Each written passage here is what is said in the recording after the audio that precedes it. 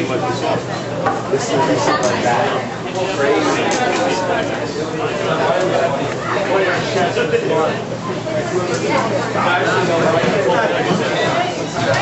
got one more for you. If anyone out there has a MySpace, feel free to add me at myspace.com/darkhorse1804. There's more of my poems up on there, more tour dates and everything.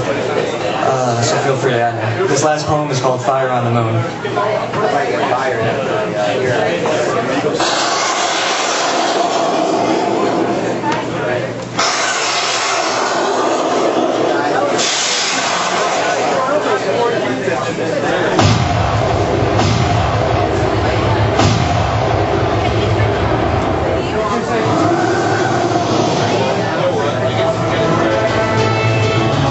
Lights out.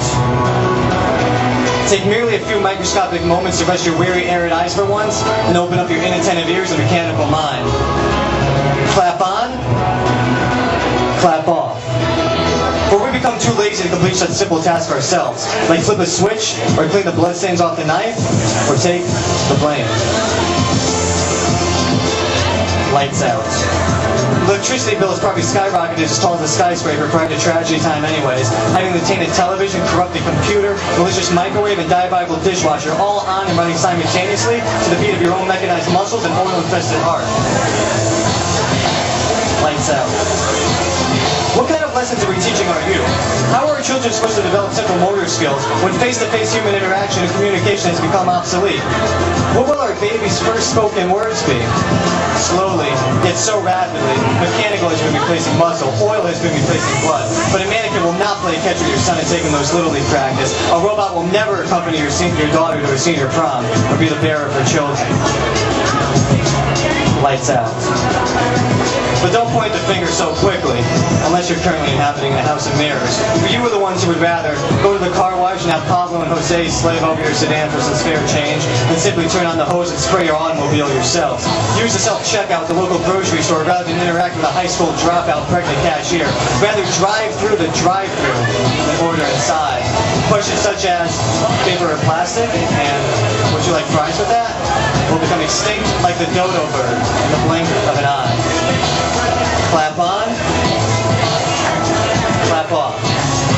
You are the ones who leave your bathroom sink running like a waterfall of whitewater rapids while brushing your teeth, while starving and thirsty children in Zimbabwe and Zaire were killed for just one sip from your toilet bowl. Never mind the people in Africa. Your own neighbor would sell his pauper soul for just the crumbs of your croissant, but you do not consider him to be your neighbor, because he does not own a house near your home. In fact, he doesn't reside in an address at all. He merely lives under the flickering street lamp at the corner of Gray Street and the edge of autumn, playing his out-of-tune guitar and begging for food and shelter on Christmas Eve. But you simply beat your horn and swear at him as the puddle you drove over soaks his shoes in frostbitten skin.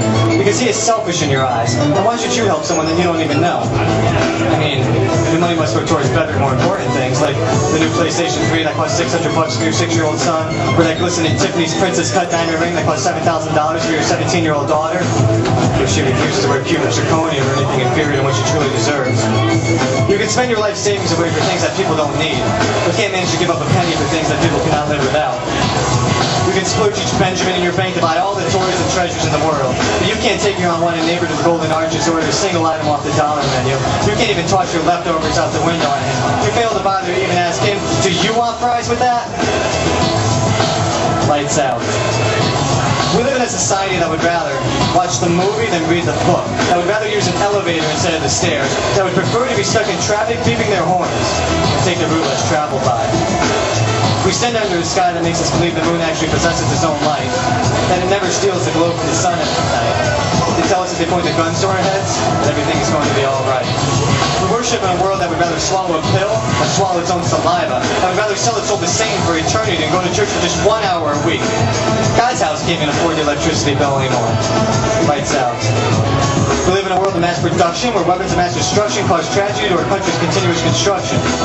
We live in a land where we crash our crappy cars on the crowded streets and simply tow them to the junkyard, and then the next sunrise we'll rise and purchase a brand new BMW or a Hummer. Automobiles are replaceable. Machines are replaceable. Robots are replaceable. Humans are not. People are special, people are unique, people need attention and stimulation. So go out and play catch with your son. Take him to his next baseball game. Cheer him on even if he strikes out swinging.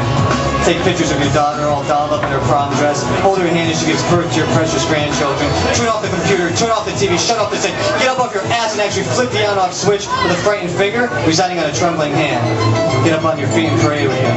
For today, we'll give that homeless man a 5-course holiday meal. We'll read the book first before watching the movie. We'll liberate 1 million peace stubs in the opaque Iraqi skyline as the final bombs fall to their fatality. We'll extinguish the flame in the sun and set fire to the man on the moon. Tragedy and turmoil will terminate tomorrow. Salvation will surely come so soon. Wave farewell to yesterday as we liberate that brave black balloons. Clap on, clap off. March on, march off. Lights out.